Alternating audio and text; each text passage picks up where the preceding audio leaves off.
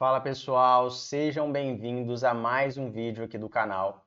Bom, no vídeo de hoje a gente vai falar um pouco sobre renda fixa. Vamos falar aí da renda fixa para iniciantes. Então a gente vai falar um pouco aí dos principais pontos que vocês têm que entender, principalmente para quem está começando a investir agora e geralmente a renda fixa é a porta de entrada dos iniciantes, porque são aplicações de baixo risco. Mas vamos começar falando aqui do simples, o básico do básico, o que é a renda fixa. Os investimentos de renda fixa, eles são aqueles que têm rentabilidade definida no momento da contratação. Então você sabe exatamente o que você vai receber no final, no vencimento. A questão é, tem uma diferenciação que alguns títulos são pré-fixados, ou seja, você já tem uma taxa ali pré-definida, e outros títulos eles são pós-fixados, atrelados a um índice. Então você vai investir ali no IPCA mais 6%, por exemplo, e aí está definido quanto você vai receber, nesse exemplo, é IPCA mais 6%, mas vai depender também do desempenho desse índice. Mas, de qualquer forma, você tem essa rentabilidade já definida. Em todos os casos, o investidor ele empresta o seu dinheiro para uma instituição para recebê-lo posteriormente com juros. Então, basicamente, o que é a renda fixa? É um empréstimo de alguém para alguém. Você está emprestando o seu dinheiro em troca de uma remuneração. E para quem que você empresta o seu dinheiro? A gente tem aqui três opções, são os emissores da dívida. O governo, depois nós temos os bancos e por último nós temos as empresas. E aqui está em ordem de risco. O governo é o emissor mais seguro, apesar de alguns de vocês acreditarem que o governo ele pode dar um calote e etc. O governo sempre será o emissor mais seguro de um país, porque o governo ele tem alternativas que os bancos não têm e que as empresas não têm, como aumentar impostos para pagar as suas dívidas, a gente vê isso a todo momento. O governo também tem a possibilidade de emitir moeda, coisa que bancos e empresas eles não podem fazer. Então, apesar da gente ter um governo corrupto, esse cenário que eu acredito que a maioria de vocês já conhece, o governo ainda assim é o emissor mais seguro. Depois vem os bancos, alguns investimentos que são emitidos por bancos, eles têm garantia do FGC, então a gente tem também um sistema financeiro que é bem regulado. Os bancos eles vêm em segundo lugar no nível de risco. E por último a gente tem as empresas, que são as empresas não financeiras, que elas também podem emitir títulos. E aí, pessoal, tem também o óbvio. Vamos supor que o Itaú é um banco mais sólido que o Nubank. O Itaú também é um banco mais sólido que o Inter. Então, qual que é o nível de risco dessas aplicações? Quando você investe no Itaú, você toma menos risco. Isso vocês têm que entender também. Quando a gente fala de empresas, a Ambev é uma empresa menos arriscada que o Magazine Luiza. Então, tudo isso tem que ser avaliado. Para quem você está emprestando o seu dinheiro? Então, basicamente, esses são os principais pontos sobre o emissor da dívida. E vocês têm que entender também o que cada emissor disponibiliza ao mercado. A gente tem o governo ele emite os títulos públicos, então você vai investir no Tesouro Direto, que aí a gente tem o Tesouro Pré-fixado, tem o Tesouro IPCA, o Tesouro Renda Mais, o Tesouro Selic. Dentre os títulos públicos, o título mais seguro é o Tesouro Selic, certo? Que é o que menos sofre com marcação a mercado, que tem menos oscilações. Então ele vai ser o título mais seguro. Os outros títulos, eles podem sofrer ali com a marcação a mercado até chegar no seu vencimento, então é ideal que você compre. Se você de fato for deixar o título aí até o vencimento, não for mexer.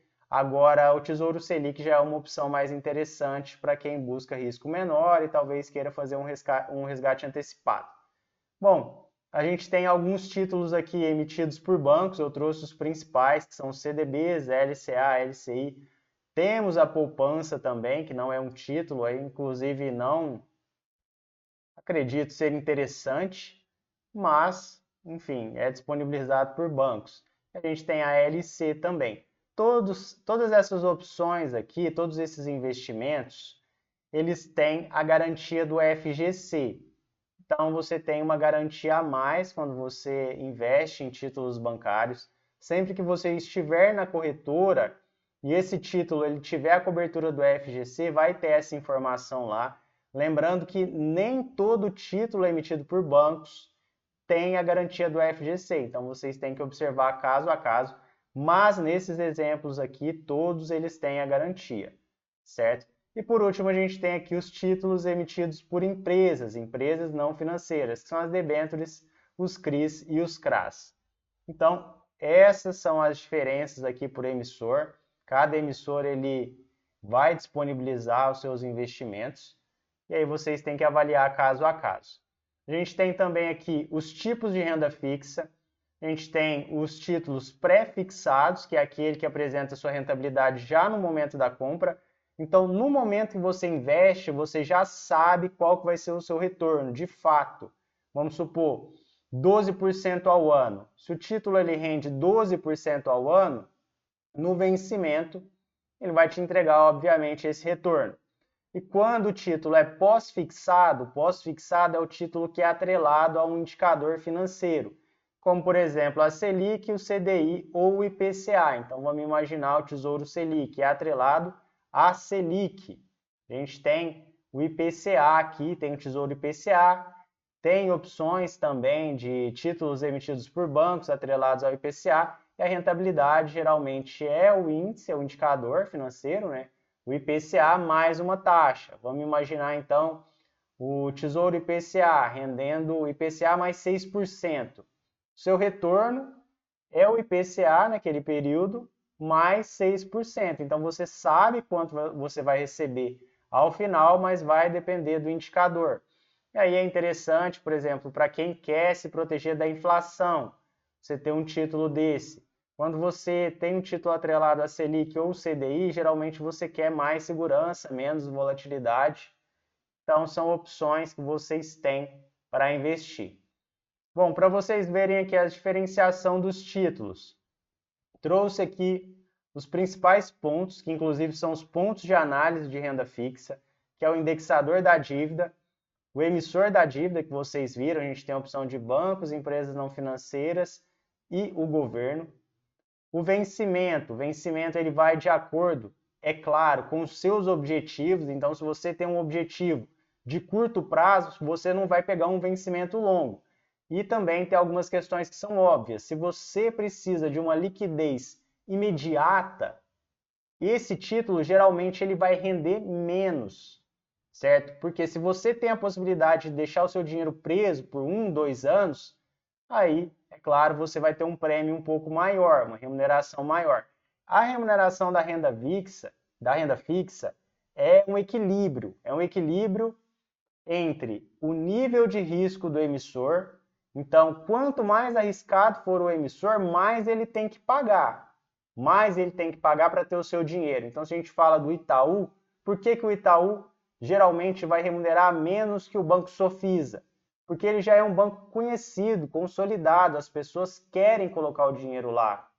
Agora o Sofisa não, ele precisa pagar mais, entendeu? Então, sempre vai haver esse equilíbrio do nível de risco do emissor, do vencimento. Então, os títulos com vencimento mais longo, eles vão também pagar mais. Então, se você pega um título que é emitido pelo Banco Sofisa com vencimento longo, é claro que ele vai ter uma remuneração mais interessante, porque ele tem um nível de risco um pouco maior. Depois a gente fala também do lastro ou garantia do empréstimo.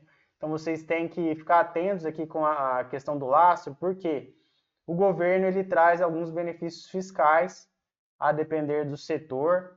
Vocês vão ver isso mais à frente. E por último, o tipo de marcação do preço ou negociação, porque em alguns casos, se você fizer venda antecipada, você vai acabar podendo ter um prejuízo ou podendo ter um lucro acima da média. Vamos entrar em mais detalhes aqui. Primeiro vamos falar do indexador da dívida. O indexador é o índice de referência, né, dos juros do empréstimo. CDI geralmente é referência de alguns títulos pós-fixados. A gente tem os CDBs, LCIs, LCAs e debêntures. A Selic é a referência do Tesouro Selic. A gente tem o IPCA como referência do Tesouro IPCA. E além disso, tem outras aplicações também que são atreladas ao IPCA, como alguns CDBs e etc. Vocês vão ver isso através da corretora. A gente tem bastante opção de títulos de renda fixa. Bom, vencimentos, títulos públicos, eles têm vencimentos padronizados, então eles procuram seguir as referências internacionais, como 2, 5 ou 10 anos. Então, muitas vezes você está investindo lá num título do Tesouro, com vencimento, vamos imaginar, em 2030. Aí vai passando o tempo, aquele título já não está mais disponível, porque aí eles já lançam outro título com vencimento um pouco maior. Isso é normal, tá? Você não perde nada com isso, você só não vai conseguir investir naquele mesmo título com o vencimento que você tinha anteriormente. Aí você tem que buscar um novo título, mas nada que atrapalhe as suas aplicações. E os títulos de empresas e bancos, eles são completamente flexíveis. Eles vão ser disponibilizados de acordo com o que a instituição achar mais interessante, que eles acreditarem que o mercado vai receber melhor. A gente tem a questão do lastro. O lastro, é importante que vocês saibam que todas as aplicações, todos os empréstimos que são lastreados em atividades do setor imobiliário, do agro e de infraestrutura, eles possuem benefício fiscal. Então, no momento, existe uma isenção fiscal, que são nas aplicações LCI e LCA, os CRI e CRAs e as debêntures incentivadas. Só que haverá provavelmente uma mudança nisso. Bom, estuda-se essa mudança, que vai ocorrer uma taxação de 5%. Ainda assim, é um benefício fiscal, pois a maioria das aplicações de renda fixa, elas têm uma tributação maior, certo? Quando a gente fala aqui de debêntures incentivadas, principalmente são as debêntures que são ligadas à infraestrutura. Então aqui, pessoal, as debêntures ligadas à infraestrutura são as debêntures incentivadas. Tem debêntures que não são ligadas à infraestrutura, tá? Então elas não têm esse benefício fiscal. Bom, por último a gente tem aqui a marcação do preço. A gente tem a marcação a mercado, que o título, o seu preço ele varia de acordo com as oscilações de mercado, de acordo com fatores externos, mas isso aqui é algo mais complexo, não vem ao caso para iniciantes.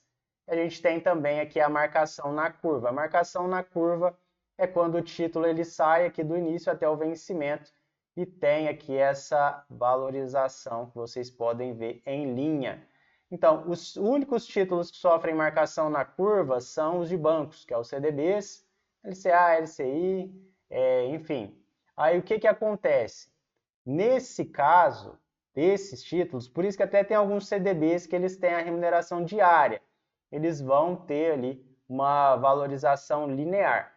Agora, quando a gente fala dos títulos públicos, por exemplo, eles têm a marcação a mercado. Então, você, para ter a rentabilidade acordada aqui no vencimento, você tem que manter o título. Você compra ele aqui no início e mantém ele até o vencimento. Se você mantiver esse título, aí a rentabilidade acordada vai ser o que você vai receber. Não vai ter nenhuma surpresa. Agora, se você vender antecipadamente, aí você corre o risco de ter alguma perda ou de, inclusive, ter um retorno acima da média, que pode acontecer também. Mas isso aí é um ponto mais avançado, então o ideal é para você iniciante, quer começar na renda fixa, você sempre comprar os títulos que você pode manter até o vencimento. Se você não pode manter o título até o vencimento, você vai comprar algo com liquidez imediata, que a gente tem também essas opções, certo? Mas não tem segredo. Bom, pessoal, com relação à renda fixa, essas são as principais informações. Agradeço a todos vocês que ficaram até o final desse vídeo e até a próxima!